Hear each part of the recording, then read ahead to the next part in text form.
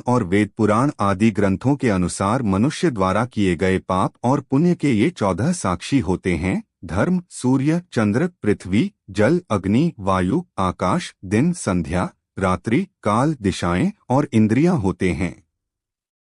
मनुष्य अपने जीवन में ज्ञात अज्ञात अनेक प्रकार के पुण्यों के साथ पाप भी करता है, लेकिन शास्त्रों के अनुसार केवल भूलवश या अज्ञानता के कारण हुए पापों का ही प्रायश्चित होता है।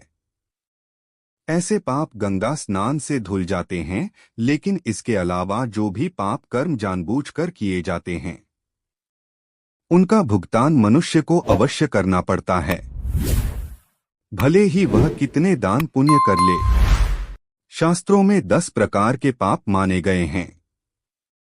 3 मानसिक रूप, दूसरे का धन हड़पने का विचार करना, दूसरों के बारे में बुरा सोचना, मिथ्या बातों के बारे में सोचना। 3 कायिक, बिना पूछे दूसरे की वस्तु लेना, व्यर्थ के हिंसा करना, पर स्त्री गमन। और 4 प्रकार के बातचीत वाचिक पाप, मुंह से कठोर वचन करना, चुगली करना, झूठ बोलना, व्यर्थ की बातें करना। वेद पुराण आदि ग्रंथों के अनुसार मनुष्य द्वारा किए गए पाप और पुण्य के ये 14 साक्षी होते हैं। धर्म सूर्य, चंद्र, पृथ्वी, जल, अग्नि, वायु, आकाश, दिन, संध्या, रात्रि, काल, दिशाएं और इंद्रियां होते हैं। मनुष्य द्वारा किए गए पाप या पुण्य के समय इनमें से किसी न किसी एक की उपस्थिति अवश्य रहती है। मनुष्य के पाप किस तरह वापस उसी के पास लौटकर आते हैं, इस संबंध में एक पौराणिक कथा है।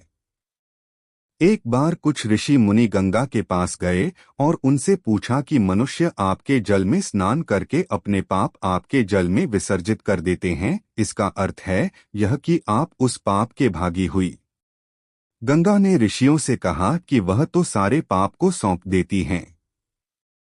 अब ऋषि समुद्र के पास गए और यही प्रश्न किया। समुद्र ने कहा वह मनुष्य के सारे पापों को भाप बनाकर बादलों को अर्पित कर देता है।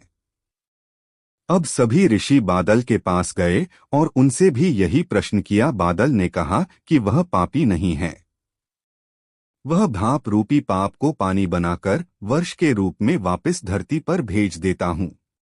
इसी पानी से किसान खेतों में अन्न उपजाते जाते हैं। उस अन्न को आप अपनी मेहनत से कमाए धन से खाते हैं तो आप उस पाप के भागी बने में बच जाते हैं।